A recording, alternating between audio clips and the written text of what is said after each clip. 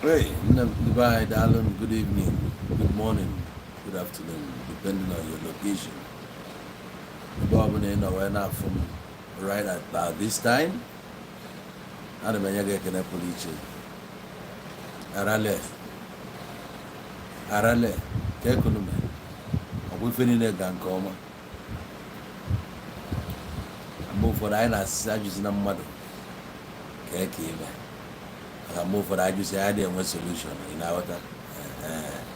So, Ifeko, good evening. Austin, William Consolinus, Ekanemi, Ijomo Kuye, Adeze, Adinaka Odi, I am up to go Kaisa Mamta, Mano Manoski, Abania Gabu, eye opener to everyone. So, Adimpa Nega, a boy Guineano, go join wine at this broadcast. Huh? Since yesterday, when I flew them, I never based on different phone, on Batan and Nollywood. You know, I was still trying to figure something out. I was just trying to figure something out. Many things involved in on one I got going through the comment section. I was able to see what people think, even the way they value life.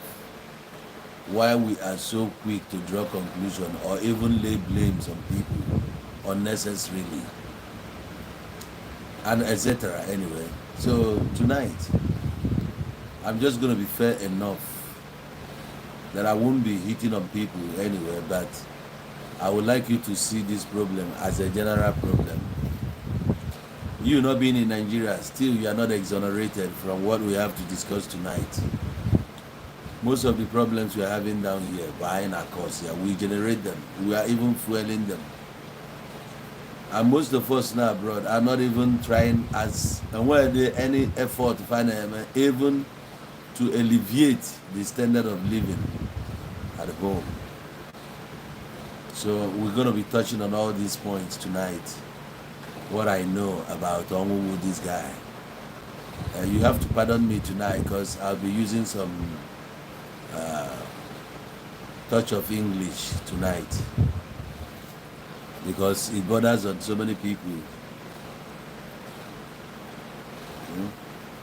Now, having welcomed you officially to tonight's program. Okay, you needed my contact. You had it in 2019, but you lost it. Okay, and Chugu Meze watching from Canada. I want to welcome every one of you to tonight's program, broadcast. See, when I received that message that these people ran into accident in the waters, I had to go over there. Like I narrated everything that happened, like the way I knew. It wasn't different from the story that we heard from the horses, the survivor, the guy had a virus. Now, he said something because people were blaming. Why was he ringing the bell while he was on top of the water? Why was he ringing the bell? Now you shouldn't do that. You shouldn't do that. You are not supposed to do that. The first thing you have to ask yourself is this: have you ever heard that before? Have you ever heard that ringing the bell on the water is wrong? You have not heard. The information is not available to you. You know why? Because you are not in the position to know. You already locked your brain that you don't want to know beyond this point. Any other teaching outside what my Bible said is total wrong. You see that? Now I want to be pointing out a lot of things to you. That's why when I said, do not lock yourself from informations. Nothing is satanic, nothing is worldly. Every information that comes your way, accept it, bring it in, assimilate it. You are the one to make use of the ones you want. That what we know about is nonsense. We know that word, nonsense. The onus is on you to take out the none and make use of the sense there. Achorom, agwanam, if it's satanic. Shut up. What is satanic? Again, I spend as a heavenly person. This money you are spending, go satanic money. That's our problem. Why would you not ring the bell? Why would you not ring one?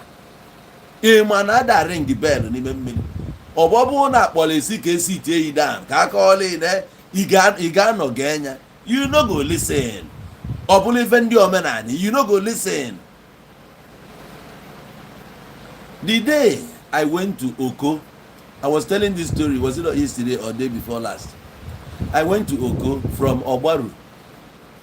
We entered this long canoe, not flying boat, long one that can contain up to 200 people. We crossed over to the other side, Oko. We went there. We visited one elderly man. So in the night, we went down to the river to swim. I'm telling you about River Niger. We went to swim that River Niger in the night. I can swim anywhere. Now, at some point, something came to my mind, like, do you know how dangerous it is to be here by this time of the night? What if something happens? Who will come to your rescue? Immediately, I stepped out of that waters. I went back home because the man couldn't go with us that moment. The next day, I told him I was leaving. I wanted to go. Now, as I was leaving, we got to that river. Do you know how we were able to cross over? We used canoe, canoe, normal canoe where you paddle that canoe. And once you get into the waters, right, paddling, it gets to, when you get to the middle of River Niger, let's say you are going this way, just know that you end up down. So the way they paddle there, you face this side, you'll be going this way so that the water will be carrying you, that finally to take you at least not quite far from where you're supposed to, get off. Now, while we were in that river, in the middle of River Niger, we were just three in that boat. I was so scared. I had to be in the middle. So the other guy, my friend that I went there with, he was there. So while I was even paddling, I was paddling the canoe. So my paddle, or what is it called? That very stick we are using to paddle, or we call it the paddle. So that thing, each time I put it in the water, it hits the body of the canoe. So it makes this sound. Then the man now called me and warned me and said, you shouldn't be doing that. There is something inside this water. Once it hears this sound, our own is finished. He said that the name of the animal is Akum. This Akum, I don't know if it's the rhino, not rhino. What's the name of this one inside the water? Crocodile. Not crocodile. Hippo. I guess hippopotamus, right? So I was even scared the more. Ujobamar. Now that my friend just touched the water, because the canoe, we were inside. The thing I space na million abatania just more and that was my task, to remove the water from the canoe. So now this guy even made me more scared. He said, he touched the water and said, he called me Isaiah, he touched the canoe and said, this is life. He touched the water and said, this is death. Yo, I said that very moment, the thing they click came nisi, nendo, no, mili bongo, no, and I walk a chain, I want a neighbor, and what if I run into this kind of problem? Nime ba, Nime River Niger. Na Nolozia walo de Amara. Tunya no bo, utu akansi Nolozia. Na-echezi onwere ife ọbụla ga-eme ya mee ka m fịa egwu n'otu aka isi wee gagide wee gasịa River Niger. I came out, stepping out. Before I could heave a sigh of relief, somebody approached me. He happens to be one of my kinsmen, but he's late now. He came to me and said, Are you having anything on you? I was like, no. Like what? He said, Mamoji, anything like Igbo, Moifene. Say, no. If I have intel. Or something that the very moment we crossed over the other day, Nandi Eke, Amalugo na Igafe. If I have Uche Kone, Namalugo na Igafe, so na Bamon to Paneche. Fache no anwụlụ ka anyị jeli igo ịmana ekwe we nwalụ fache na anwụlụ anyị jeli igo like ndị dealers ndị na-ele igolu cross tazie ndị agụgba ejezaba ụgba gị nsi ya mba ọsị m oke mụ na ya yelezi ya gbagote onwe mmadụ ebe ọ tụrụ maka sị m na mmadụ na-aba abụ eke oge a dịka CID all CID so nke n'anya ewelugo m information for free debe which na otu a na-agwa gị ya any day ọ bụla ị ga-across kwa to that side ka ị dịkwa aware na o nwekwa ndị na-monitor area. This is what we need to be doing now. What information pass ya now, information that I need to pass to you tonight abụrụ ofu ọ bụrụ ịbụa any day ị na-ekwu okwu ọbụla a na-ekwu whether ma ọ bụ ndị na-like ma ọ bụrụ ndị na-like ọ ga-emepe ntị nọ ntị bụ okenye. Open your ears. O nwere okwu ga-abata from the mouth of a stupid man. Ọ bụla information ga-help gị. Ị ga-eji ga succeed. This is life. This very guy si na ya wepụtara Fanta wụnye na mmiri. Ya wụnyelu Fanta na mmiri. Man, I need to observe. I need to observe. By the way, that guy abụrụ onye omenala. That guy bụ a Christian ka ọ bụ. Mana o jee na room, he has to observe.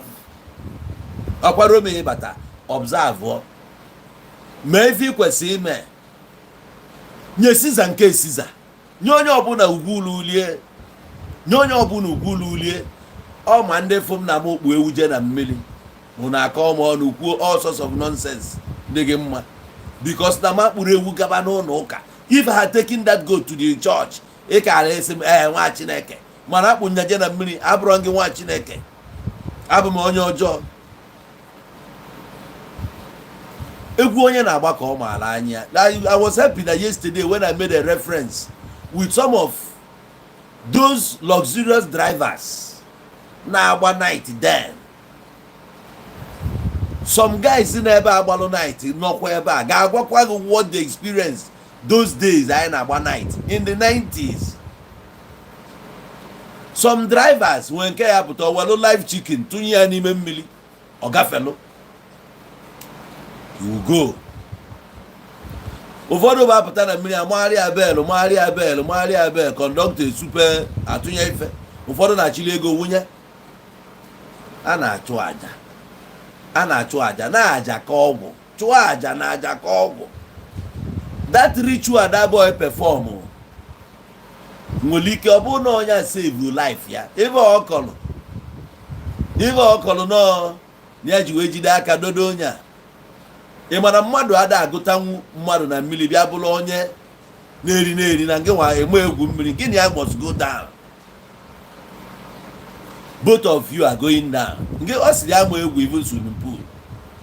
Nọọsị na ya dodolo ụdọ aka a na-aka ụdịrị aka akọ. Onye a chọrọ iwe weli ozugbo. They will take you. O nwere ritual that I did not perform before rap Nigeria. There are things you don't run away from. The two I say we don't forget, but we forgive. Ndị mmiri don't forget. They will forgive, but they don't forget.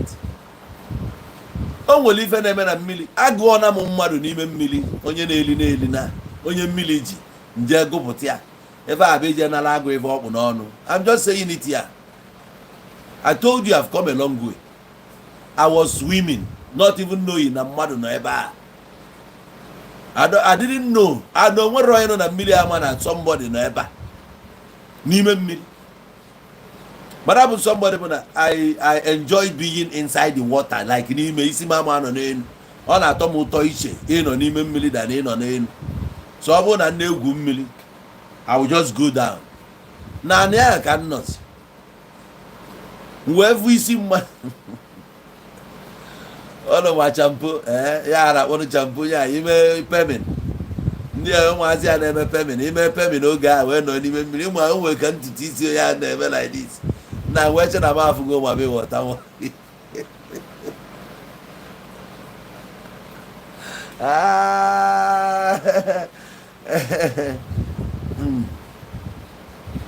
ọ ga-abụrụ ka emebe argument. What saves him is the rope he held and the people who rushed to save him. That rope didn't save him. Ndị a ọ bụrụ na achọrọ iwere ya, what is rope?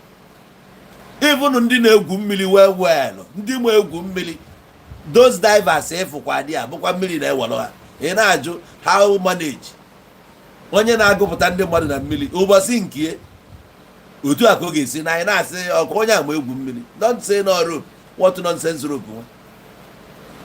They didn't want to take it or leave it. So I was seeing this girl n'ime mmiri. Mgbe che no mame water. Mgbe je ka mụ na mame water afụta.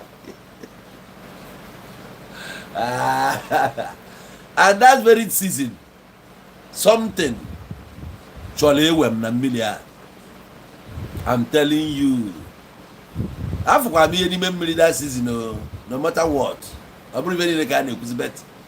When I saw that ntutu, nenye, I wanted to know, mame water adị ya. Na anọzi wee fụ na ibe abụkwa mmadụ anọ obere nwa ọ sọrọ ọgụgụ ike agwụgị ọ nọrụzi ofu na wee rọchi ya nwa nya aja ọsụ gbagote kuru enough oxygen wee gbadazie di ya wee jododo dị gị na ntutu isi ya ndị dị ya dọbịa ya na-ada ya gbagote tibezie kpụsizie somebody bịa help m. Ndị mmadụ afụzi ihe na-eme ịgbago agbatazie tinyelu m aka ewebulite dị gị gbagote n'elu ebugotezie dị gị ọ ka dị ndụ mmiri ababeghị ya n'isi edebezi ya na-eme ka azọpụ ya mmiri n'afọ dị gị abịa revive anaba m agbara na onwere ife mụnwa kwesịrị imelụ mmiri iyete uchebe adịrị ọkwa afịa onye na-azụ ka ọnwa anya nwanyị na-emerekwa ụmụ ihe ebigi na ndị ọ bụ nwanne fa chọrọ ili na ife anwa wee bịa n'ụlọ na ndị anwụkwa ọkụkọ wee bịa a na-akọ anwụ ọkụ bịa nalụba ọkụ anọsi anaba mụ amarakwa na onwere ife m kwesịrị ime on my own side wee after a while mbịakwa na dị mmiri again. So o wee bụ na mmiri be anyị ịnọrọ na dị mmiri onwe isi dị naanị ikwu n'elu isi a from ebe a gị ka a gara afụ isi gị anya etego from ebe mana ndị a niile nọ n'ime mmiri ekwu n'osisi na ịgbada n'osisi a ka ịgbadazi ya n'okpuru osisi a ịgbada ụkwụ gị ga-emetụ ha na mmiri mana ị ga-achị n'aka gị elu ụkwụ gị na-emetụ na mmiri aka ga na-emetụzi n'osisi a ana osisi a bụ na ịgbagote kwụrụ n'osisi a kwụrụ akara afụ ebe a ka ịghọta the depth mana ọ na-anị ya ka ị ga-enwetenwu aja ubom anyị na-eji asa eze that time iwere asasi eze ga na-acha shapụ ọfụma so anyị na-eji achị dị aja ndị gwuru mmiri na village ga-ama so aja ka njele echiri ya wee fụ mirror. I saw this mirror nsi no I go carry this mirror taa mụa I go carry ya then ntinye aka buru the mirror were ya mgbagote n'elu n'onwe m anya na the mirror nna mụ aghọta ihe nna afụ ya na-eji ka azụ amụ maka chi ebe ka m si eji egwuto m sef ọbụmụdị ya buru the mirror tụekwe ya n'ime dị mmiri nne igbo ozugbo ntụ ya mmiri a n'ime mmiri bịa na attack detina dịka ife a ga-eji amanyeli ya bụ octopus ifuru etu octopus si wee ghasasịa etu akadịtin si wee bịa m n'onu na ịdị isi gbakasịa m mbọsị ahụ ka ịbụ etu a Chioma ajụ nwa si agba naanị etu a ka ntị gba n'elu mmiri fịa fịa fịa fịa fịa fịa fịa fịa fịa fịa rapụrụ ụva dị mmiri nna wee naruo ụdị nlọ n'anyasị wee pụtazịa n'otu onu m niile a ụdị onu dị ka onye a jụrụ ya onwe ebe a na-akpọ eletrik antị mgbe a bụ na ọ metụta mmadụ na-arụ efu etu a ka onu m niile dị wee mesịa prọfet ya ka m jisi na ụdị ndị anyị nwere kịta abụrụ prọfet mgbe ndụ uhie bụba na-agafela onwefa pụta n'ama nna ya fa abata di ya fa abata asị gị na o nwere ibe dị onwe onye dị one ibe dị one omena ebe dị one na-asị ezie dị ozi bazisi ozi ha fa nwara na-ejekwa ebe fa na-eje. This is how they came. They passed that message na ndị dị ije na mmiri je mee 1 or 2 nje ebesi nje je mee the thing na mmiri ebesikwa m ife a awa na ọbụzi na mmiri ka a na-eche m this time nọ n'elu ka a na-eche m onye amụma ọzọkwa ndị bịakwalụ sometime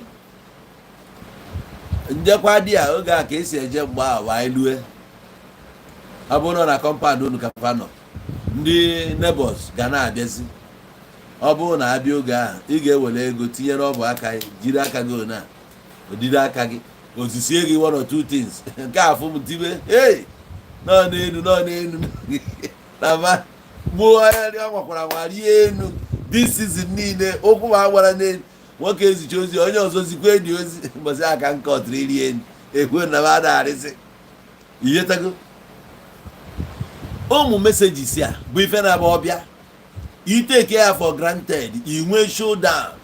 That's why so many people ji wee nwụọ ọnwụ fanwụ bụ ọnwụ ọkpọchi ntị a na-enweta revelation na-enweta the revelation but they did nothing about it.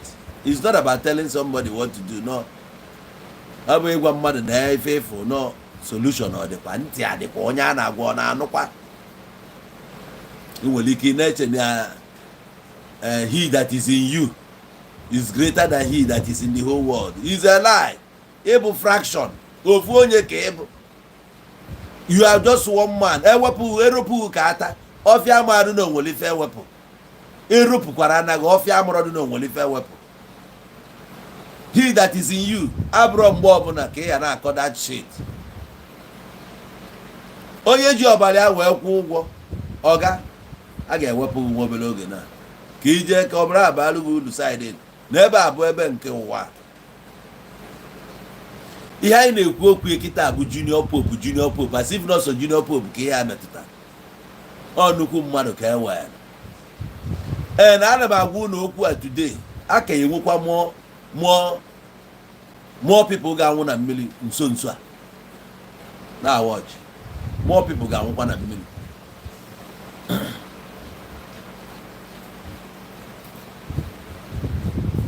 This pope nwụrụ anyị nwere industry anyị na-anya na the industry. This movie industry efe olie n'isi many people oyilikwe mmụọ agwa unu ife na-aga di a unu ama aghọta efu ndị bụ kwefu anyị nwa bụ ndị Igbo esika. That's why bụ na mgbe ụfọdụ na-asị na akpọrọ anyị asị na ndị akpọrọ anyị asị yes omume anyị sometimes quest for money, quest for glory, quest for fame ka ọ bụ na ọmụnwa ka a na-ekwu a country enwelu over ọ bụrụ ife God forbid ọ ma ọ ga-eme igo happen in a country enwe 200 and something million people. Somebody achọ ka onye ọbụla amali ya ka ya dị acceptable to everybody. Ị na-eme film ụwa na-ekili that fame ife ka eji anata na ife ka eji anata na ife nke a bụ ife ị ga-ama ama ife ka itinye wee nweta ife naanị ịchọrọ ka amali ịchọrọ ka ọ na-ekwu. That's why n'iru onye industry agwa gị ife na-eme di a esi gị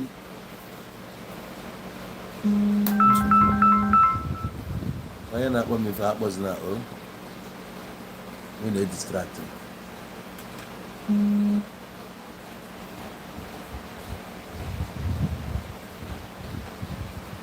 otu e kpọrọ drọpụ aka ọlụgo 3 times izuzie n'ike yotago zukwe n'ike nwoke m ọga onye na-eme n'ebe a zuo n'ike na a na-adrọpụ ka ọrụ gị na-akpọ ka ọ ka m wee baa mba esendịrị gị esendị so ọ bụ na ilu edi a enwere ife a na-akpọ dues sorry ka nzakọ na ụlọ ewe n'iwe esi na-acha m ọkụ ka anyị nwee nunu nna make we dey learn na this country nna agwa unu enwe serious issue here.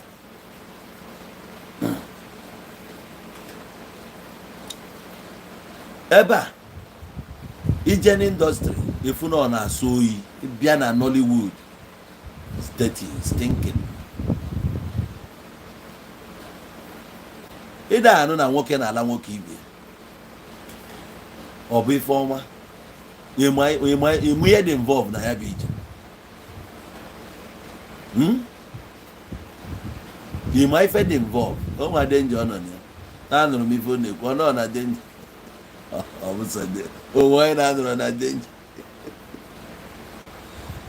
ebe nwoke na-edina nwoke ibe afọ na onye aja ọsọ ụdị ije ndị a na-eje ị ga-ejenwu ya you no go fit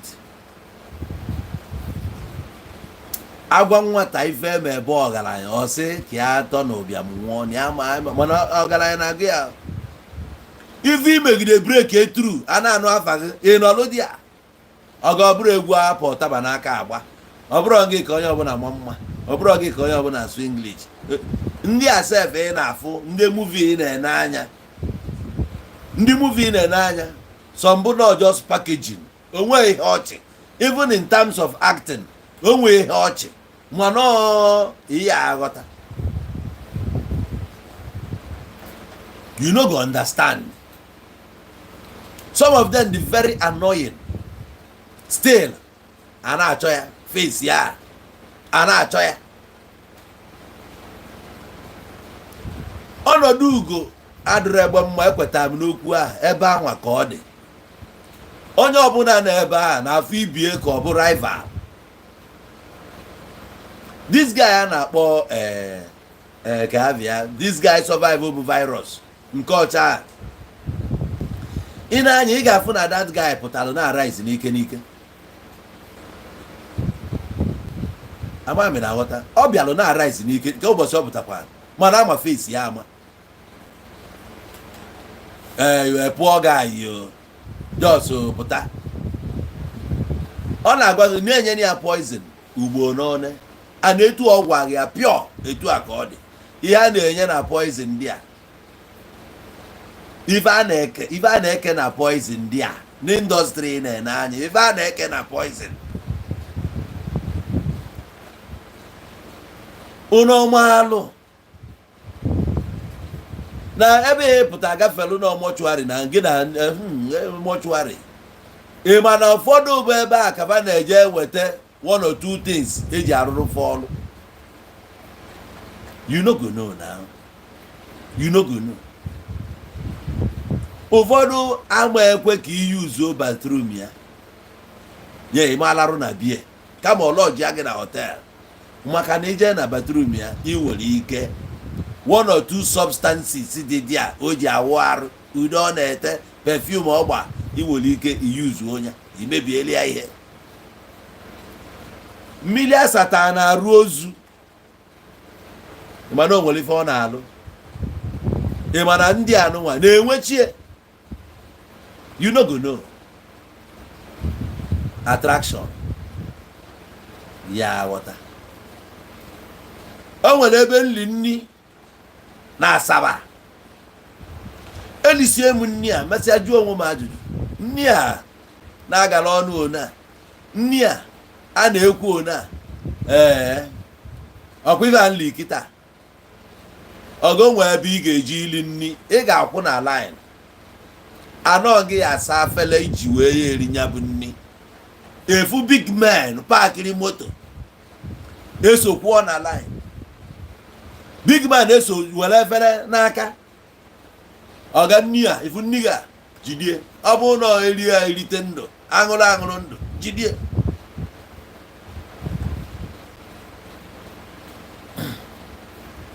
many things na-eme ebe ahụ ị na-ene anya nwere sị mgbe na you know like say you still dey there for don blow more for like say you still dey there for don die yo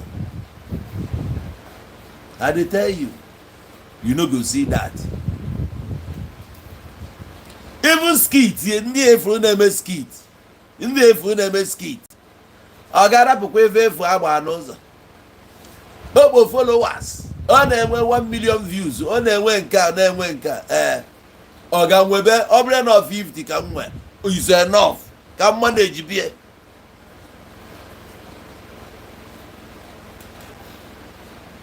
I tell you na ka m wee wikarịa onye a ka m wee gafee onye a ọ dịka onwe gị na-eme competition ọ ga destiny ada compete na ya enwere any competition na destiny the only competitor mụ bụ n'owu Igbo nwe taa bụ myself ka m na-agwa gị na I am competing with myself now. O nwere oge m bụ Solomon Obi nke a bụ entity n'ọlụ onwe ya emesịa Solomon Obi ekretie Onowu Igbo two people na clash adịbago and may live as Solomon na live as Onowu Igbo Solomon Obi na Onowu Igbo no most of you bụ Onowu Igbo ka ị mara Solomon Obi yes okwu ka m na-agwa gị na onye ịmaalụ bụ Onowu Igbo some of you ama Solomon o nwere ndị ma Solomon a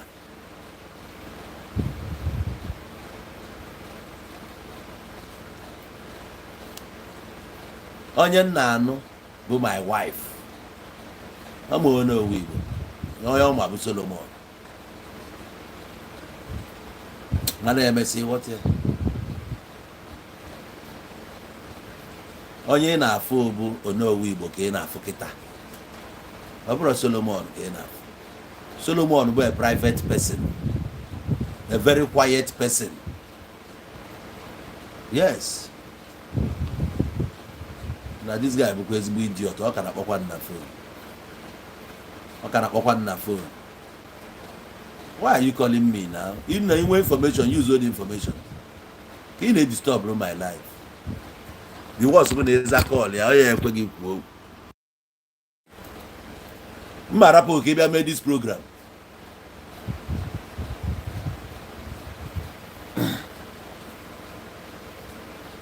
Kina kowalum. Come rob Messi and never when I can cover.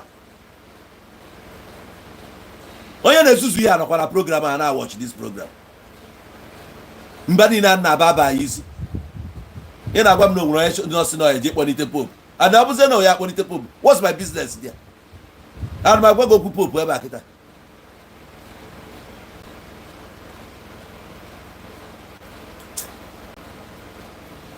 illiteracy na-enye ndị be anyị nsogbu too much ọ maka na iji my number ka m eji na-arụ ọnụ program ị na-akpọpado m mkpọpado na-agwa gị chanụ ka m mesịa na-eme ị ka na-akpọkwa m again because na iji my number bi mmesịa ka m blọk wa gị n'afọ n'isi adịrọ mma you are very stupid fellow because of you ka m eji ya akwụsị ihe na-eme gebegode ihe na-akọghị onye ahụ sị gị what's my business oge ihe a mere nwaanyị na-ebi ebe a jee were anya gị nna don't give me that kind of nonsense information again maka na iji my number ka m meji rap ife ọbụla na-eme ka m attend go to you ịkpọ mmadụ onye a drop akọlụ ịkpọ ya again ịkwesị ma ọ ga-echere ya na-ekwu ịma na brain ka eji ekwu ya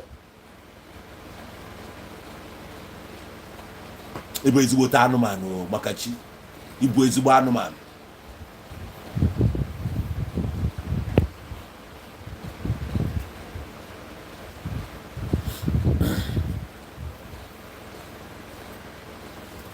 mba onye na-akpọ bụ n'owu Igbo ka ọ na-akpọ onye ọma bụ n'owu Igbo ọma onye bụ Solomon n'owu Igbo ka ọma ya ka o ji akpọ m ọ chọrọ inye m information gwa gị na ihe na-emegodu kịta gị debe nya bụ information and ị na-ekwu okwu ihe ege ntị ka ịnụ nke na-ekwu ọ bụrụ na ị chọrọ ịkọl into the program echelụ mgbe m mepe line ịkpọ if I don't want to open it I don't want to open it. So my dear, now I am only competing with myself.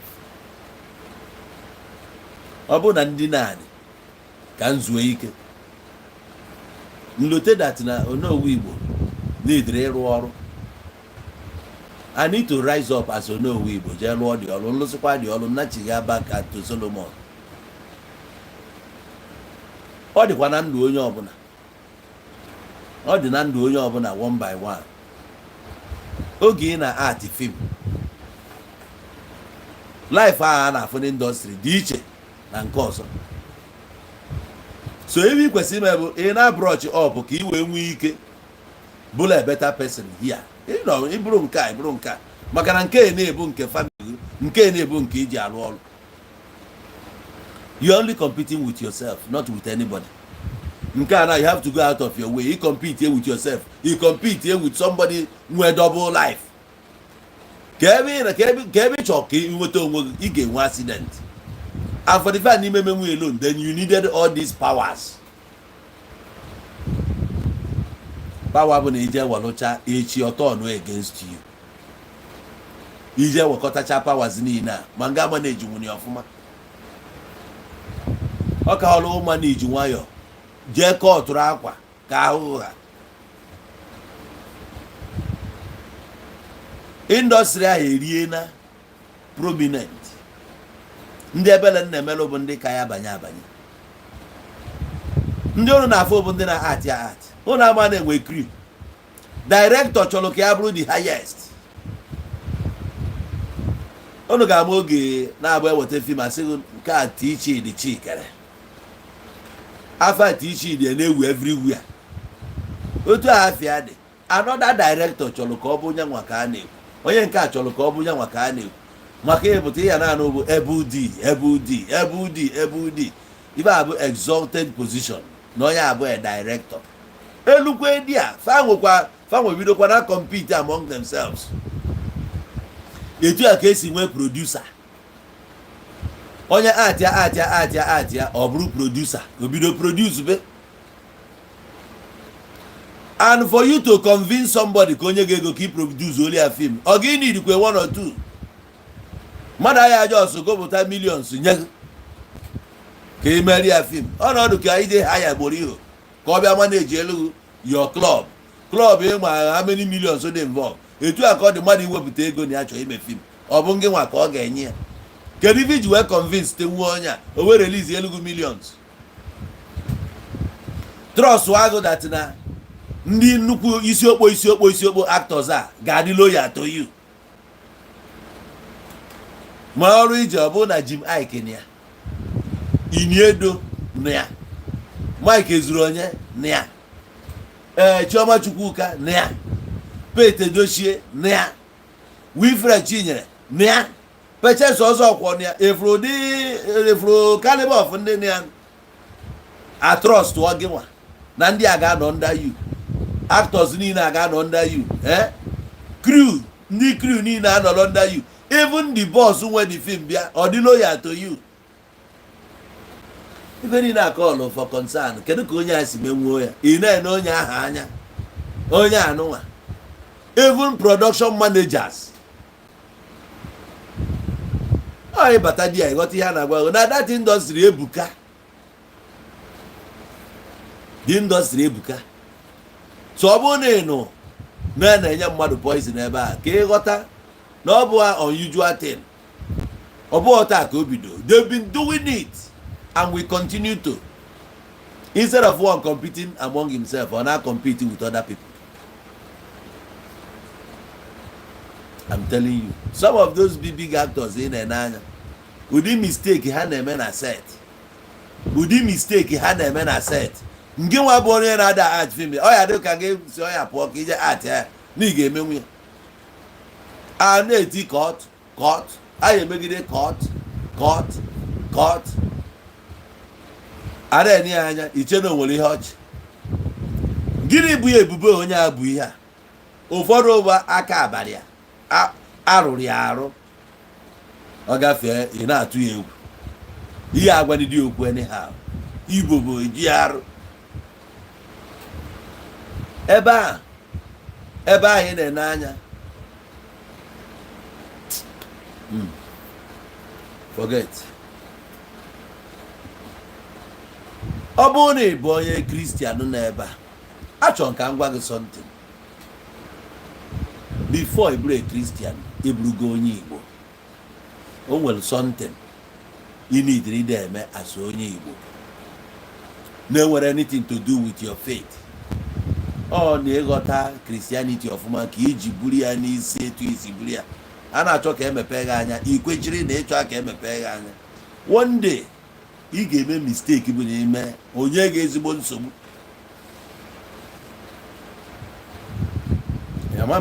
Ị ga-eme ezigbo mistake. O nwe oge a na-anọ onu a na-ada iwu abụrụ na man of God ga-ezighị ya. Ebe ọ bụ na ozi si bịa, nabata ozi a. Nọ ndụ gị ka a na-ekwu. It's your life. Accident nwe o nwere ga-enwe data accident, a ga-aga akụkọ ka a ya akọ. Mana that accident bịa wasn't a surprise to me. It wasn't a surprise because na way back 2021 message ya abịabago.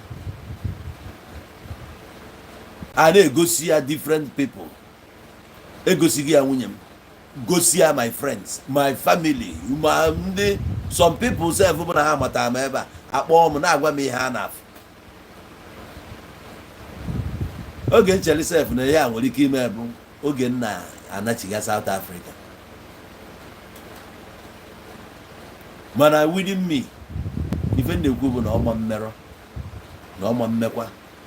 Mana ka m kwuru na ọma mmekwa, I need to do something ka ọ rapụ ime.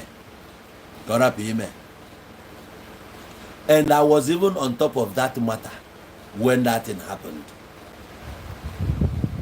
Ihe nji wepụta out of it successfully bụ na agwa gị sị na the meaning of success.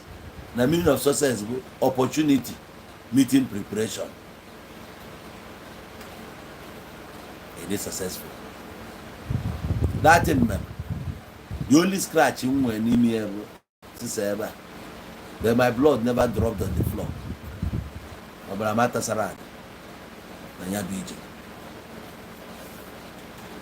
But the star happened.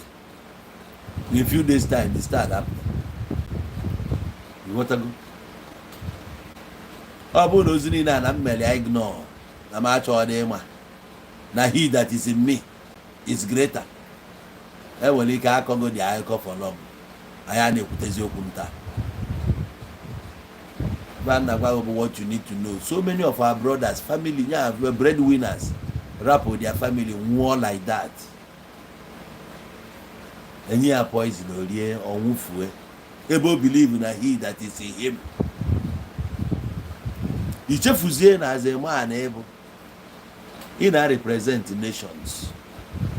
As a man able. Oh, Ngewa, give build your kingdom. And that your kingdom gave the king ever. King need the queen. Queen Genya can build the kingdom where produce princes and princesses. The nation should get put out of you. In all like this, I caught one down because he that is in you. He that is in you, I caught to life, Yaniko gone ever. He got at the world in anemia. No, yes, over a Kenya. If we know whether we make a run on a bag in the Siloni Bossis. Osisi no nagi we are or Kulebo, Madam Madenolia or Megalia. In all he that is in you. This junior pope now, onya mere sacrifice. Obu na junior pope, we to kuna ya bia not top pankia, mekwa anya like magic, like play. enwere ike masị akọ na akịka na aka isi ebe a pụọ ka anyị bata na the aspect of negligence on the part of government. According to ihe this guy kwuru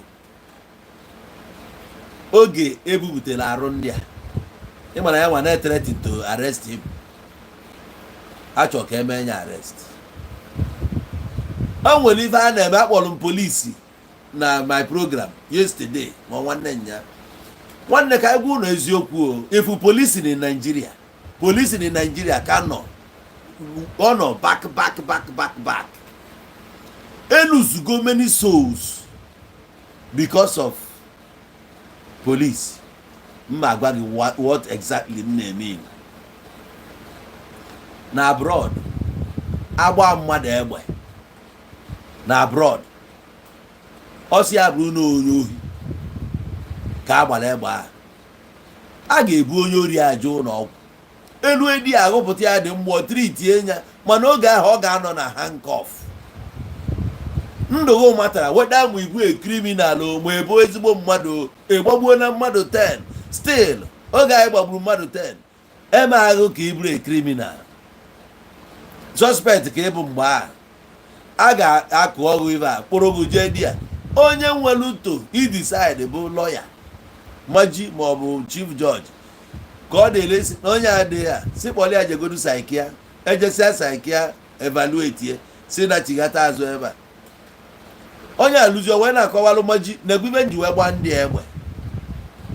onye nwere ike kọsịa ife o ji gbaa egbe a efu na ọ bụ na gị na ọbọ mbụ ka ị ghara atụ so onye nwe di pawa ịnụ n'onu ya ma ọ decide ebe a ga-eme onye a bụ maji. Osisi kpụrụ onye a ji eketọbịa n'ukwu osisi finish enya ọnya nwa mana as long as ọ bụ na agbaji eti ibe ya ọnụ ngị bụ eke ga na-apampa onye apampa.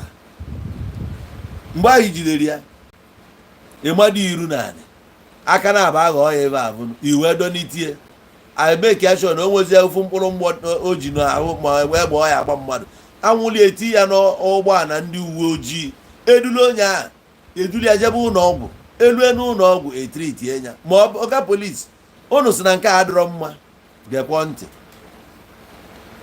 Mmadụ ka agbara egbe onye ezuru ori onwere ya n'ọkwa accidental discharge ewee buru ya ruo n'ụlọ ọgwụ. Ndị ụlọ ọgwụ asị na ba metụ onye aka oge eji wee jee weta police report. Police report a ka echegidere onye anwụrụ. Ọga polisi ọ ga-esi polisi ya ọ ga-esi polisi ya dịkwa na be before ọkwa ndị ọcha nyere anyị polisi ya maka chi ndị ọcha nyere anyị polisi ya na-emegide nwa polisi Eliza ụnụ amụrụ na ebe eji akpọ polisi Eliza ụnụ anụ maka polisi Eliza polisi achọpụtara mgbe ahụ Elizabeth na-abịa mgbe Eliza bụ queen nke nwụrụ anwụ mgbe ọ na-achọ ịbịa Naijiria wee wepụta polisi ya kọmishọn ka e wee bụrụ nke eji akọntrol trafik na ndị ya ka eji akpọ nke a polisi Eliza. Ị na-aghọta ya na ka anyị wee na-ekwu anyị eluzu many people ebe a na-eche ka eweta police report before a commence ya treatment. Onye kwesịrị ka ọ nọrọ n'oxygen agba etinye ya n'oxygen agbọtọbịa naanị ebe a na-eche police report.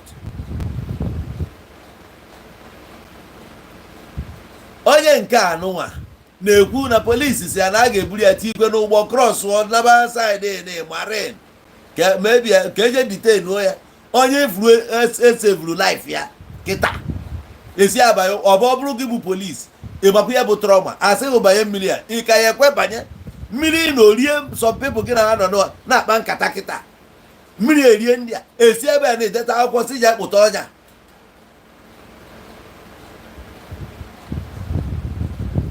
Onye na-anya ụgbọ si na onye a jere kwụrụ n'ọnụ ụgbọ na onye meziri na ọ da afụ ụzọ ya mere na efu a na ụgbọ na-abịaghị n'iru mana onye ọbụla furu dị speed onye a na-agba. Ndị a niile na-wee na-asị why na oyi ya life jacket oge anụnwa mmiri flood a n'Igbo flood Nigeria last 2 years ịnụ na nnukwu ụgbọ bụ ndị mmadụ 80 something people ka ọ 90 something na ọgbọdụ ebe a na ụgbọ ha dara anụ mmadụ niile anwụrụ ọ na-enụrụ ya ihe niile onwe nke yi life jacket ọ na Nigeria ebe a ka ị na-akọrọ akụkọ life jacket especially an Igbo. Onye gekwa m gọọmenti dị willing itinye anya na side ya ka make ya sure ha care about you wee kwuo okwu life mba ha bụ ka ịnwụ anwụ mba ha bụ ka ịnwụ anwụ ka abụrụ mmadụ on front n'ihe niile a na-awa isi na-ekwu okwu life jacket ya bụ sọ life jacket ma life suit life suit aghachi ego suit gọọmenti ga-enye gị ma ọ bụ ndị ime fim nje ha yata wee jebe onye na-anya ụgbọ ahụ ga-enwe ndị ụgbọ ahụ kwesịrị inwe union maka ihe esi ebe isi bụrụ ụgbọ bịa donye ọ dị possible ndị a tekisi risk anyị bụ ndị ojii like a risk anyị na-eteki risk ka abụ na ọ na-efro flying boat ọsọ flying boat na-ekpu ekpu nke nnukwu na ọ na-ekpukwe nke nnukwu a na-ekpu mana ndị a na-ebugide buo onwe nke a na-arụ ụlọ elu ndị apakị ndị mmadụ n'okpuru apakị ngwa ahịa n'elu ya niile eburu na cross mmiri mana mmiri abụ obere mmiri mana yet onwe onye yi life jacket a na-eyi life jacket side ya they no get am ọ bịpụtaba na this head bridge ọnụ gị nwa ị na-agbafe onwenugo ụbọchị onye pụta nụrụ ebe afụ ụmụazị ka ha nọsịra kwụrụ na briji ụfọdụ nọ na họzụrụ gala ụfọdụ bụ osisi n'aka ị na ha na-abịa were ncha gbaa na windscreen bido na-efichi ya obere nwa na-elubeghị 9 years ọ kwụrụ ebe a polisi na ọdị ya na-afụ ya polisi ahịa achụpụ ha ma ọ kpụrụ ya ka parents ha bịa ka echie ha warning you no go see am ha ga-anọdị ya na-eteki risk kọntena na-aga di ya obere moto na-aga ma ndị isi dị mma ma ndị isi adịrọ mma na-agbafe n'ụzọ a mmụọ na mmadụ polisi nọ dị ya they don't care ihe dị ha mkpa bụ akwụkwọ moto asif na ya golu moto ka o nwere onye kpọrọ ya na fonu gwa ya na moto ya na-efu so nke a ka a na-alụ mana isave life ha dị after ya society anyị si n'ime pụta dị damaged onwe ihe na-arụ ọrụ from government to the last person ebe a na-eteki life ka ọ na onwe ihe ọ bụ ana onwere ihe ọ bụ ihe onye na-anya ụgbọ ka ị na-agwa ya okwu life jacket ọmụ ya bụ life jacket o ji eme gịnị nye ụgbọ ọma na ọ nyachakwa oweje returns nye werekwa ego ya jeje go life jacket onye ka ọ na-enye ya onye ka ọ na-enye ngị nwa enwere iji ndụ ya gị nwa na-anya moto na-eyiro seat belt nkọ gị nwa na-anya moto taya ya mere expire ma road safety kwụsịghị ka o jee cheki ya taya gị iwe bụ iwe na ọ na-egbughị oge kama iwepụta ego nye ya na 200 ka ị na-abọcha ọ bụrụ life gị ka ọ chi save ka ama ma taya gị o mere expire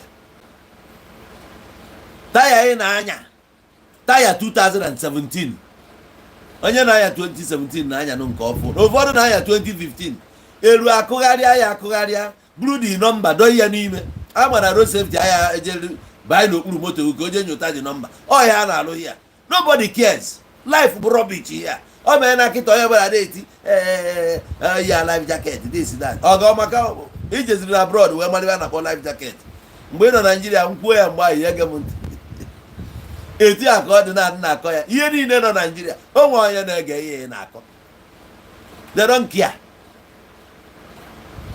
gọọmenti wee sị ndị ọkada kịta na each person ga-ego helmet ịbụa akpọba gọvanọ ahụ n'ọnụ this man bụ Buba Marwa nke a bụ onyeisi ndị NDLEA na oge Marwa bụ gọvanọ as a military officer.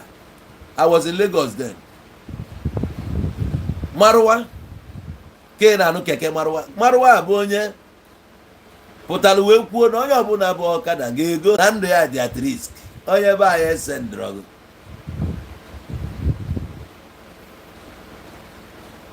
iwe abibe nji wee like ya ka ndị ya mechiba Naijiria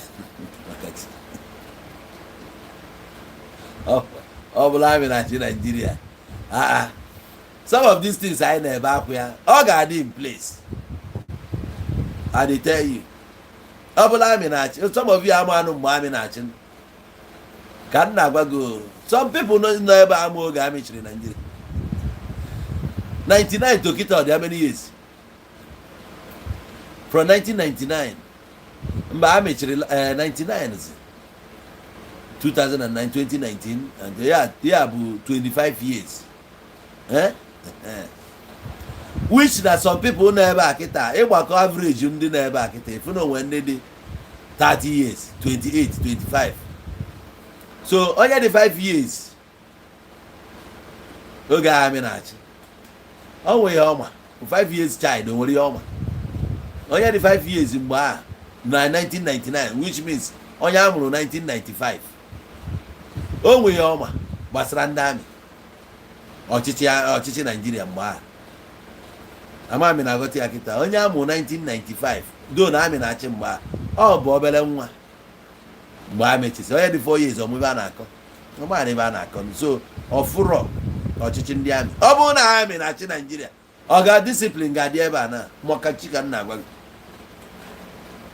Iloten on Yamiga, one is a boy, you give quite your woman. Mananko with civilian. Oh, you want to never go see the Amma.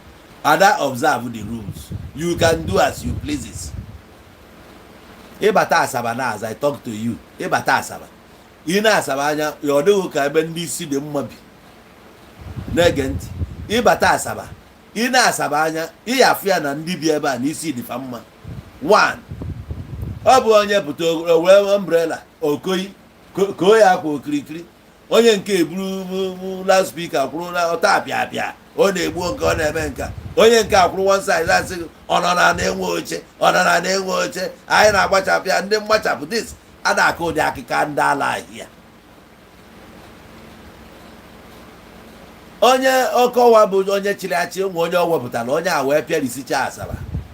Ọ bịa pịa ọchịrị mana company apịa anya ị ga-akwụ na line. Achọ ahụ n'elu gota ị ga-anọ behind the gota. Ị ga-anọ how many inches no meters so na away. Edozie nye ebe wee maa mma. Ị cross ta side be anyị ni. Ị ga na-achụ ndị a bupụ na ihe a n'ụzọ. Bifo na-eru ebe ni azụghị ejuna. Ebe akpọbara ngwa ahịa bụ na main road. Na express. Onwe ka moto si fail o break okpo mmadụ niile a. Onye ọzọ a ga-eblame. Ọ na-amago ya ga-eblame. Nwanna. Akpọwa nwanna. Ọlụọ gị. Ekwensu. Ọlụọ gị ga. Mana onye a chụpụrụ not up to 10 minutes ago. Iburukwu ya abịakwe. Ị na-akpọchi ihe ụzọ bụ na ịma na ebe a bụ main road. Ndị tinyelu main road ọ dị stupid wee tinye ya main road ka mmadụ si ebe a na-aga. Ka ifu mentality ndị a nụnwa. Ka ifu mentality ndị a damage ya damage in every angle. Ha dị sick. Ebe anyị si na ya wee pụtasịa. Enwee na-eme expect na gị nwa bụ onye pugolo apụ. Gị nwa bụ onye pugolo apụ fụ ụzọ. Na anyị nọlụ na-ekwu na-esensitize ndị a. Na-ekwesị join. Mana ekwugide ya ru ha, leave them to their fate. Ọ fate ya ka anyị ji wee na-challenge ihe anyị na-ekwesịrị challenge. Nke anyị kwesịrị challenge anyị agbara ya ọsọ ka ị bụrụ ezigbo mmadụ. Ife nji wee kpọta ndị amị bụ na onye amị na-achị achị kịta ị akpụ ya n'ọnụ mana ọ ga-edozi ebe ọfụma. Ọ mago how to restore discipline ka ọ reset ya brain. Ụfọdụ obe italike ji ya reset brain. Ụfọdụ bụ agbagụ punishment echi icheta the humiliation ime ka nwa mmadụ. Mana na ka anyị si n'ọlụ society anyị dị porous now. O nweghị anyị just otu a onye ọbụla otu your tent o Israel. Iruo na Ọnịcha anyị na-ene anya kịta.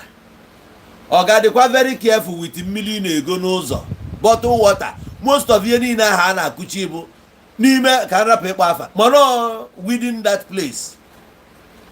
Ka a na-anọ n'ofu ime room na-akụchikọ nonsense ahụ. Emechie tinye ya na friji ọ jụọ ezigbo oyi ebubutere gị ya ị na-aṅụ. Nya bụ na mgbe ọbụla jiri n'ọgwụ typhoid, malaria, typhoid, etu a. Mmanya ị ṅụrụ aṅụ ebe a you need to question them. Maka na Nigeria anyị na-ene anya organizations niile kwesịrị aron those things na kpurola, they are sleeping. Ebutelufe ego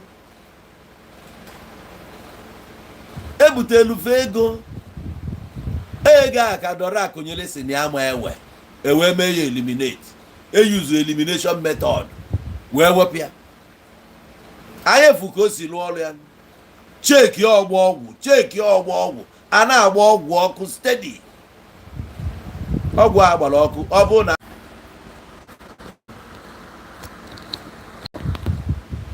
nwaanyị adị busy na-alụ ọrụ ya. Ka ọ na-alụ ọrụ a, some people sef ndị ha ncha nọkwa n'agency a na-agbakwu ya mgba because ebute ego si na onye ewe, ndị ọzọ a na-ewe iwe na ọrijentịla ego aka ala ịtụkenye ha ka efu society esi n'ime ya pụta until no the decade ọ lelele na-esi isi.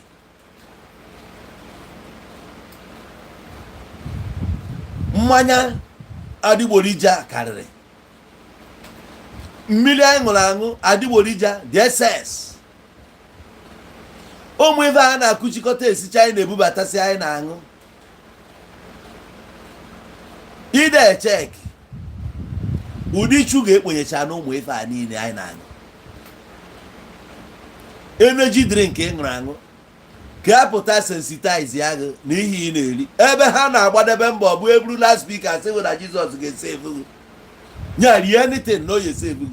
Onye anụnwa na-akọ akụkọ ihe mere na Jerusalem 20 years ago, ọ welu that energy gwa gị na poison ị na-eri na arụ gị nọ gị nwa ga-esevu onwe gị na enwere any person na-abịa isevu nwa nọ gị esevu onwe gị from expenses na mgbagharị dị n'ụlọ ọgwụ.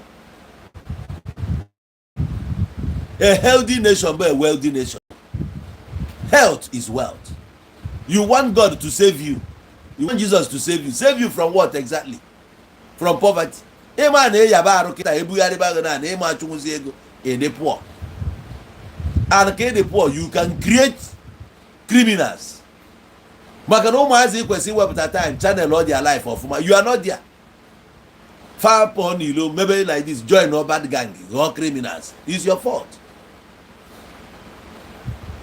And once poverty set in, you can't think well anymore.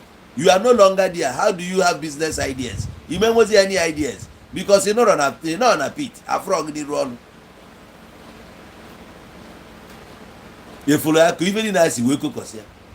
Now, why not they create seminars? Organize their seminars. Onye abụ mgbe aha si na m ụgbalụ Zion because na m na-ajụ kedu ka ndị nọ na America si wee wepụta this kind of money ọ bụrụ na ha afọ ya ga-eji ego wee mee bụ video na instead of iji that money grow, set here something up that can give us at least 1,000 ndị isi dị mma ga-analụnwu training ego ahụ ewere ya 1,000 ahụ so what the 1,000 training can produce. Each one of them can produce mmadụ 10,000 isi dị mma. Maka from those various communities esikpopụta ndị a nye ha special training ha ga-emenwu ndị mmadụ employed ya, especially in the area of computer training. N'ebe a na-aga efere ya na okwu na-ebute okwu, ife na-ebute ife. When I was crying out, I wasn't antagonizing anybody. Rather, I was trying to make you understand that the society we came from, if I need at this point in time, let's not continue. The coming of Jesus, he's not coming anywhere. Let's start planning on how to change it, because every day here na damage. Here maybe. Ị ga-ebido company nke gị nwe product somebody anụrụ na patent ya n'ime ofu ebe. Ihe a ga-egbukwuru your product because ogbube ndị mmadụ agbalụ your product also gbalụ that particular thing also company ga nwụọ. Adulteration. Why na ya organize more exhibitions? Can we promote our products? product, even human beings. Yes. And with human capital development. Okay, this industry I know all help a lot of people. All help very well. At some point, the industry will maybe. Some stars for today. But the Munafa video channel the same time. The industry. It's at least 3 or 4 people now. Onye a na-akpọ Ifeanyi Igbo egwu Brownie o Brownie. Ifeanyi ahụ ịma ka ọzọ obodo mmiri na-adị ogwu. We all started. Mgbe graduate from UNN. Ọ gbadata anyị chara na Ọnịcha ebe a. Ọkwa star ka ọ bụ taa. Diamond Okechi. Diamond in Enayana. I started before him. I know when he came. We are friends. Oh, Nicha Abugudi. Nkoli one suka in Afuta. We were all there. No more bata. We were friends. Nkoli will start today. Kedavia is a dewu something in Enayana. Oh, a big producer called. I in charge of the chat. That time. Can rap it all further. No. Onyenze, Kapolo, Onyenze, Mobia. We all started together. Machine do what dikefa. Amamena water the thing. That industry then was why they had them. It helped to build those some people. I know they are kind of nanya. Somebody can privatize this thing. And then the game we have on the Apple abroad. For it to say around here. Now then go feed you. How many security companies can we buy? How many? Mano wanya no buy am efebo kiaje general training. Unnecessary training obtain no certificate. Come pay security company. Man man buy am about the importance of Inwosi security companies. Inwo your own security company. Open na fusi security na uniform na bende mmadu. Etu a case a supply here. Which no wo go gelue. Them security companies will ever get here na bay. I get here na gate. Tie their distinct logo. Ka amalo no fa wana eba. Onwe anything may appear that in or set alarm ebe fa no. First send the ozugbo. Fia their vehicle abia there. The security men abia. Fawana abukwa uno obuna fano. Fama to security camera there. Fawana no side na control here. In a contract, even in a but you create jobs. Some boys are there, train no under you. Eba in a nanya kita abu bouncer. Don't will get bouncer na anything. Oh, madu tiye get here, I follow the prestigious. Ne mother be invest money akita. Always only abuna go brady bakita or buy gym. Ojebe gym, kiabro bouncer. Mama they go to the security carry that bouncer. Man sensitize and buy that sensitization. Candy game we akita on there na abroad of go doses because neku ebe onye no do na agbara ya neku. Okwu a na efe enuen. But you pull up. How are you helping? Iso na ndị na-agwa ha na Jesus na-eche na ọ bụrụ na Jehova echeghị obodo na-efu ka onye nche na-eche mana ị na-akọ dị rubbish a na mgboga ebe ị nọ.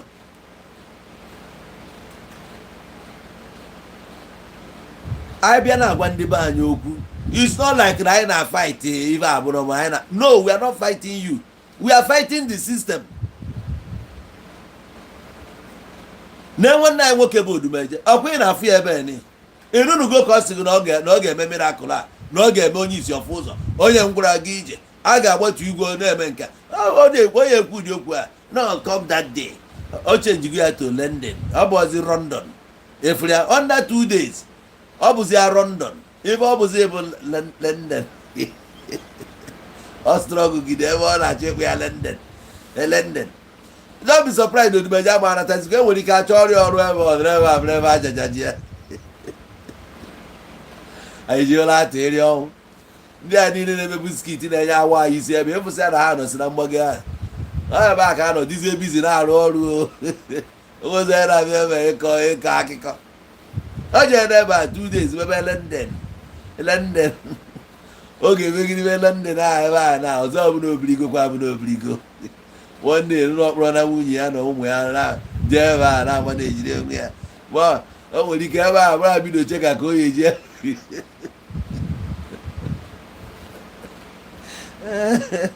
Evolia. They never are seriously sick. They are more than sick. Harder for reality. They don't see reality. So if you in our campaign, the life jacket, this and that. Oh, I'm going here. Nini kwoku life jacket. Okwa maka onye ocha gosiri we mere ebe life jacket. Onye ocha na-egosi go security. Mana ị hapụrụ ya na-achọ Jesus ihe secure your life. Na-achọ olive oil. Ị na-achọ olive oil, na-achọ mustard seed. Na-akọgheri ka ndị gbuwa brain. A na-egosi gị na ihe bụ reality. Ị na-afịa.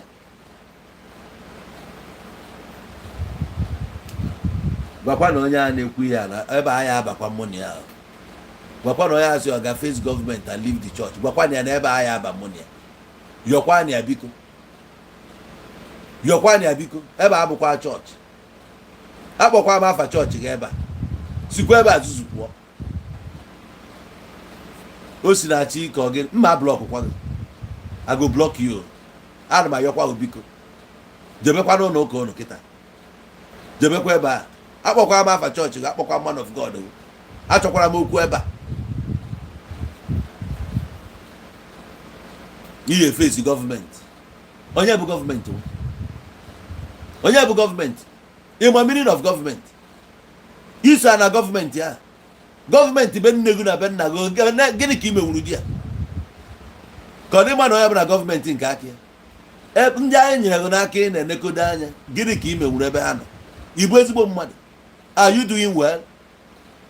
Are you face government? Government ọ gwara gị ihe eme kịta ime ya. Government ọ gwara gị ihe eme ya. Ọkwa iso na ndị na-atụ pure water n'ime gota. Government ọ mere ya ka ịtụ ya. Ka ọ na ọgwa nga to get liters na the street. Gwa m ya government si go mee. Ihe face government. Ifesi bụ onwe gị jụọ onwe gị ajụjụ. Ọ government bụ. Ọ bụrụ anyị bụ government a. Ayo melu ka mmadụ government ewe na amari ya eme. Government ga-eti ihe anyị ga-emebie. Government ga-eti transformer. Anyị ga-ejeje tọọ the transformer, tọọ waya ya. Ejide onye ori a na ka eme ya ihe a na-eme ndị ori. Pụta, hey, in this world kita, people are still treating people like this. Onye na ijeje zuo ori, jeje tọọ ihe na transformer. O mean well for the community. Ya nwa kwesịrị ịdị ndụ. Ka ọ dịbụ uru ọkụ bara na community. Ọkwa anyị na-ebe na ọkụ adịa na ọkụ adịa. Jee dị ya na some of the transformers adọghịrị adọghị atọkọcha na waya ya mee ka o si dị ha mma zuo ihe a ga-ezu ezu. Inwudo onye a kịta pụ igodi ya n'ọkụ. Hey, must you post him?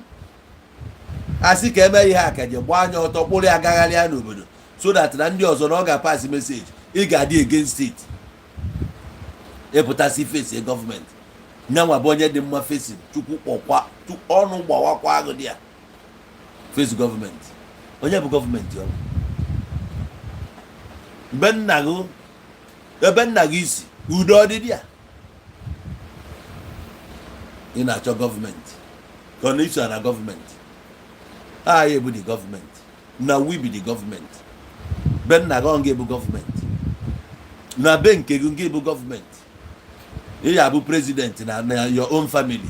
Ka isi achị na your own family. Ị na-achịta ọfụma. Is there peace in your house? In your household enwere ya peace. Onye na-face government. Ị ya eje ebe nke a zipụta na efu na-eji fence tiwasịcha dia compound. Efu na papịa na nwanne ya nwoke adịrọ na mma. Efu na onwe ya na ya si ofu ụzọ aga na be nna ya. Mana ị na-eji face government. Ma idoziba be nna gị. Ijebe face government. We are our own problem. Go and sit down. Say happy church. N'obodo na-arụ ọrụ ebe ahụ a na-eyuzu life jacket. Ebe ahụ anyị mụtara iyuzu life jacket. Jee ebe a ka efu ka esi apampa life ndị mmadụ. Ndị a na-apampa na-emekwanụ ka ndị ma ihe. Mmanụ na-ada eme mkpọtụ. Mmanụ the importance of ambience. Na ebe n'inidiri mgbe ụfọdụ n'inidiri ebe juru oyi. Inidi calmness ka ị wee na-eche iche ka mmadụ. mgbe gbadata na be anyị ebe a mkpọtụ everywhere generator na-asụ ebe a onye nwa ndị nye everywhere na-eme ka be ndị ala yiri ebe ala na Ọnịcha anyị si na ya pụta onye ji ime skit na ya si Ọnịcha na ihe a na-apọtre ka ịghọta society anyị si n'ime ya pụta ihe ndị ala na ihe anyị na-epotre esisi ji ejide gọọmenti gọọmenti umebe ka onye ala Ọnịcha ahụ ibi kịta egokwara history of Ọnịcha efusia na ndị Ọnịcha bụ ndị gụrụ akwụkwọ na-ada eme mkpọtụ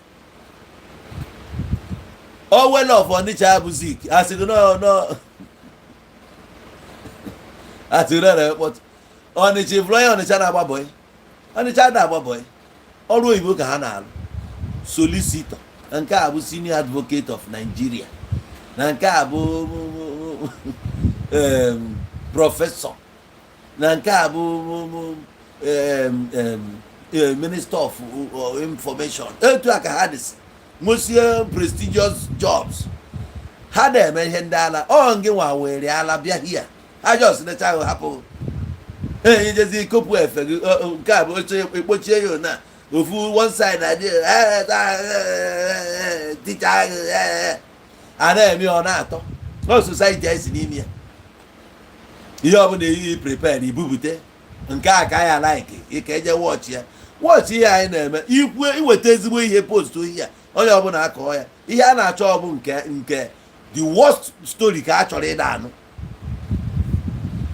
ime nke ndị ala wee mezigo again chọọ ka ya trend ya ọgbaba akwụna obubute arịa wee mee ha n'ọhịa bụ ihe a chọrọ eje na wọchị ya society anyị si n'ime ya pụta emesi je blame gọọmenti ma gị nwa dị ndụ ji anya gị afọ all these things kedu ihe imenwu to change the narrative? What did you do? Imenwuru gịnị on your part? Ma gị nwa ma ndị anyị na-ekwu unu ncha dị sick mgbe ebe ọ dị worst bụ n'ala Igbo ọ ga-enye mma agwa gị bụ na echi ime observe isi Lagos na-anata na-ege m ntị n'isi Lagos na-anata ịma na ijegide ịpụọ na Lagos banye Ogun steeti sometimes ị na-amacha na ịnọzi Ogun steeti ihe dị iche adịrọ much mana ịbanye ebe Ondo steeti efu na aka Lagos apụgo efu a different weather ya na-adị iche Ondo steeti nwee different weather ịbanye Bini bata Bini ifu na another place ka ị nọ ị ga-eji weather mara ya isi ebe a pụta banye Delta ị ga-amakwa aka ndị a apụbago n'ịbanye ebe gaa n'Igbo and anytime ọ bụla ị gachara head bridge ịbachara bridge Asaba ba na-abanye Ọnịcha n'anya the atmosphere ka efu ka ọ dị n'anya na weather ka efu ka ọ dị ka ịghọta ihe a na-agwa emasị na ihe na-agba anyị mgba ndị mmadụ na-agba anyị mgba this that principalities powers wee ka niile bụ chọọ ka ị na who are those principalities? Powers ahụ si ebe why o ji bụrụ ebe a kpọrọ anya asị kedu ụdị omume anyị na-eme eji kpọọ anya asị anyị bụzi ndị na-ada achịkọta nwa onwe anyị ọnụ we are too loud na-akọghịli ma nke ajụrụ ma nke ajụrọgụ ife ihe ejikọ nwoke ibe gị ọnụ bụ ị na-akụ ya ọnụ na onye aka ya jide ego ịma ihe o mere wee nweta ego ahụ amakwa m na onwe ndị na-achọ ka ha dị ka Junior Pope hapụkwa na ọnwụrụ anwụ a before ọnwụọ many people na-envy ya they want to be like him ọ nwụọ na gị nwa chọrọ ịdị ka ya you like kwe nwụ ka ya I hope you will like to end like him maka onwe gị eju agha afọ iji mmadụ amanyela onwe ịchọ ka ịdị ka onye a asị gị work on yourself ka ịdị better ịchọrọ ịdị ka onye a na-esensi anyị ihe ejikọ mmadụ ọnụ ọkwa fim ndị ọzọ mere ka ị na-eme nke o nwere ndị na-akọ m ọnụ South Africa o nwekwara onye anyị ncha na ebe a o nwere ndị anyị na ha na ebe a ebunata na arụ adịrọ ụfọdụ na ebe a nwụọ o nwere ndị batara ebe a nwụọ o nwere ndị bụ na ha nwụziri ebe a sef many things na many ka na-abatakwa ị na-akọ m ọnụ ọ bụzie na mbụ anụmanụ na-amara ihe mgbe ọ bụla ị kwutere dị ya ahụ ajụọ m oyi nnọrụzie na-ajụchi m gịnị na-emezi why me why na m ebua billions bata why na m eme nka ọsọ efulich man ka ị ga-agwa ụdị okwu ọ ga-ege ntị so onye bụ idiot my mental strength karịrị rubbish anyị na-ekwu because amalụ na ndụ m ndị bugodu testimony m na-enye Chineke ekene everyday ana mụ adịghị ready ịga ntị ka nje compete with anybody ma ọ ka nnọrụ na-ewich na mụ dị ka ọnya I can never wish for that. I can never.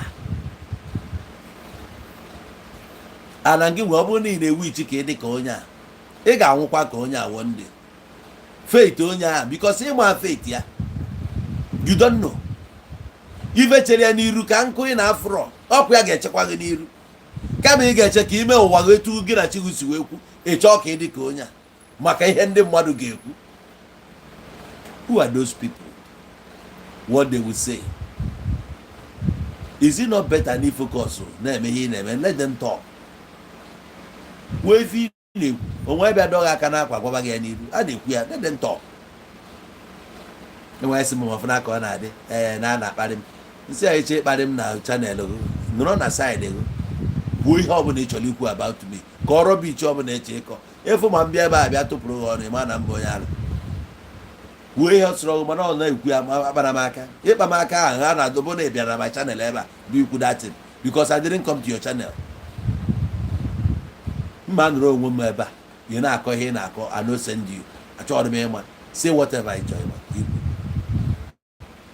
n'oge ị bịaziri ebe a bịa gwazie m ya na-agwa m na-ekwu ama na ọmụnwa ka ị kwadoro fọ onwezie m chọrọ ime mme. I never wish to be like anybody. I want to be me. I may enjoy in my zone. And I like in my space. I am trying everything possible to build myself to a better person. Not to build myself like you. Mba. You know more wagan me more. You two according to part on your bona. Onye ọbụla focus on a life nke. Babambo ka dị better.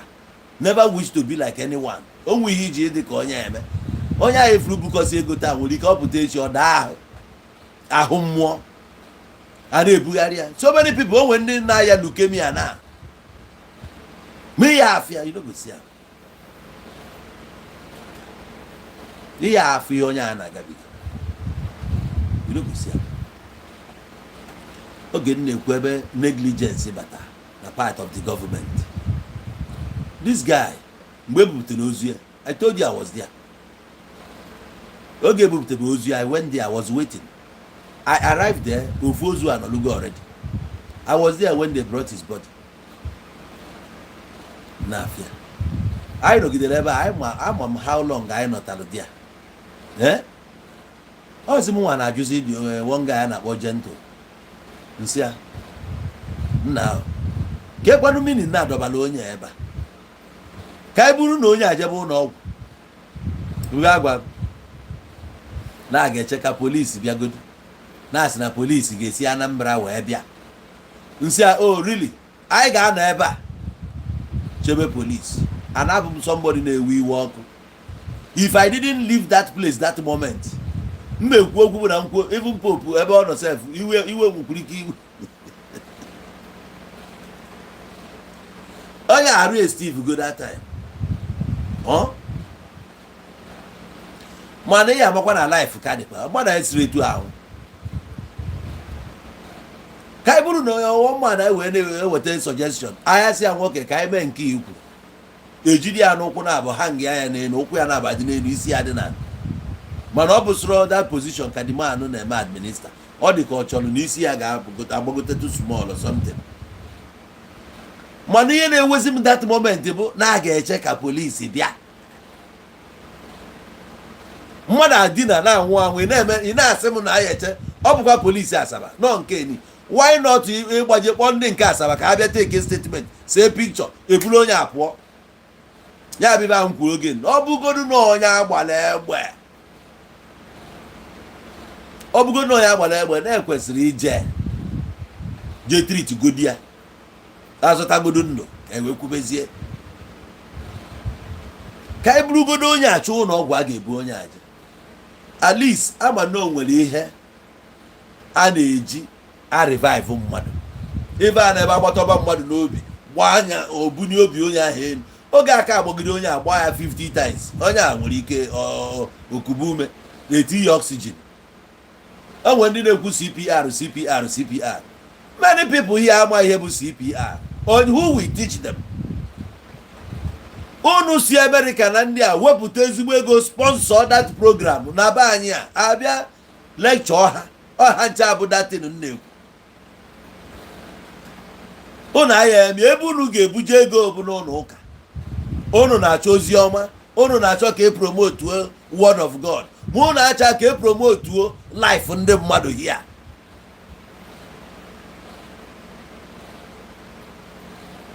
Ị nọ na-asụ oyibo CPR, ọ nọ na Facebook, ndị nọ na village na-use Facebook, amụ ya bụ CPR, amụ ihe na-akọ. Ka ihe si agwa mmadụ na ọ ya were ọnụ tii mmadụ n'ọnụ. Bịa bụrụ onye ịma na ebe a na mmadụ nwụ ha na onye ọbụla atụba egwu agbaba ọsọ. Ịmarọ ịma ihe a na-agwa gị na mentality ebe a dị dead. You don't understand that. Onye gị na ya na-agba bọọlụ fentie kịta na onye ọbụla agbafusie egwu atụba onye ọbụla. Who will tell them ka ha ghọta that na o nwere anything dị bad na mmadụ ede ekuzi ume na onye a na-ada ekuzi ume na onwe adị nja dịrị ya a na-eche na mmadụ kwụsị iku ume na spirit ya pụọ na enwe obere na onye abụzi spirit na enwere ike ọha amụọ a na aka ga-ekwesị imetụ ya many things a na-eche onye ga-eputu ha right. Who will teach them? Who onye ga-eme ya? Why na sponsor with that program for sensitization? Ọ bụrụ na etu esi akwụ na street na-eme mkpọtụ n'ụtụtụ morning cry na-esi onye akwụrụsịa ya na-agwa ndị mmadụ how you can go about your life when onye gị na-edina na bed nọkọtazi na ọ na-eme ha. Ke the importance of even na onye ndị a na-eyuzu ife a na-agba ya agba n'ọ na-enwe ihe anụnwa. Ka nye gị example. Enwe ebe a na-akpọ Intabua roundabout na Asaba ebe a ka Shoprite dị. O nwere ife Jim Ike mere. I well love for that guy so much, well respect ya anya. Anyị bịalụ ka anyị shoot ebe anwa one morning. Ebe a enwere pharmacy ebe anwa. Mana o nwere n'akụkụ ebe a ka anyị chọrọ shoot. O wee bụ na one guy bịara ịgba ọgwụ. E wee gbaa the guy agba the guy ọgwụ ma the guy elibe nri. So the guy wee collapse ọ daa dị afụfụ na-apụta ya n'ọnụ. So gị ya mere ebe ndị nọọsụ na-anọ sef na-achọkwa ịgba ọsọ onye egwu etuzi onye ọbụla. Jim Ike bụ onye mapụta from motie maba di a na-ebu the guy na-ebunite the guy iyotego na-ebunite the guy kpọbazie si bịa help onye. Some people nwezi heart abịazie join zie Jim Ike okwetu aka esi mewezie wee revive tanwo the guy last if not the guy amụsigo. Nyanwa ịmapụta atụghị ụjọ pụta onye eme encouragement mekwuo m ka m fụkwa ihe a in a different way.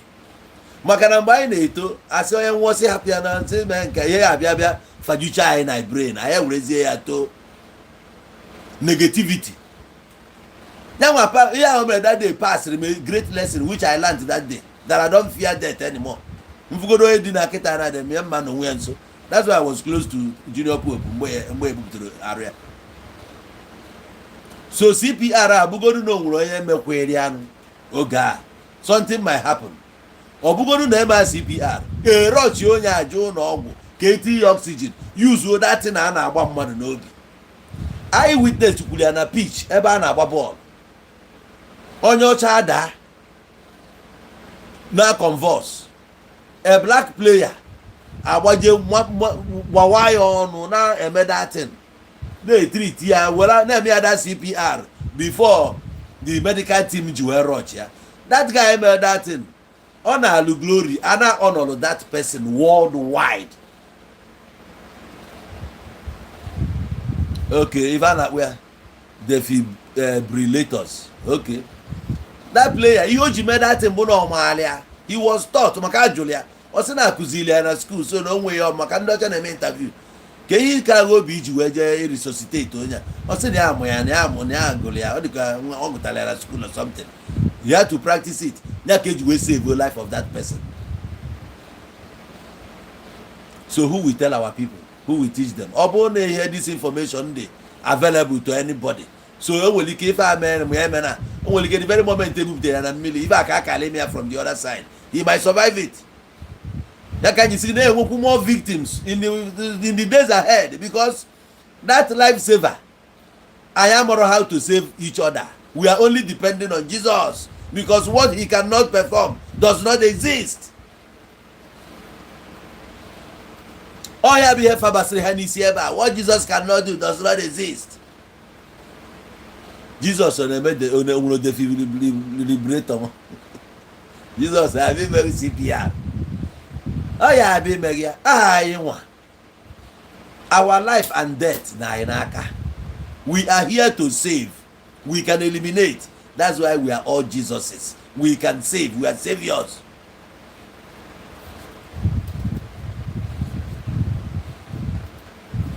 Nke anyị eme ka ọ dị compulsory bụ na anyị teachiri gị either na-teachiri gị Islamic studies or na-teachiri gị Christian religious knowledge and iwu ka ọ bụ nke anyị akụziri gị ya how to survive, how to build life, how to save life. Mba nke God ya mana eme na adị eme exist.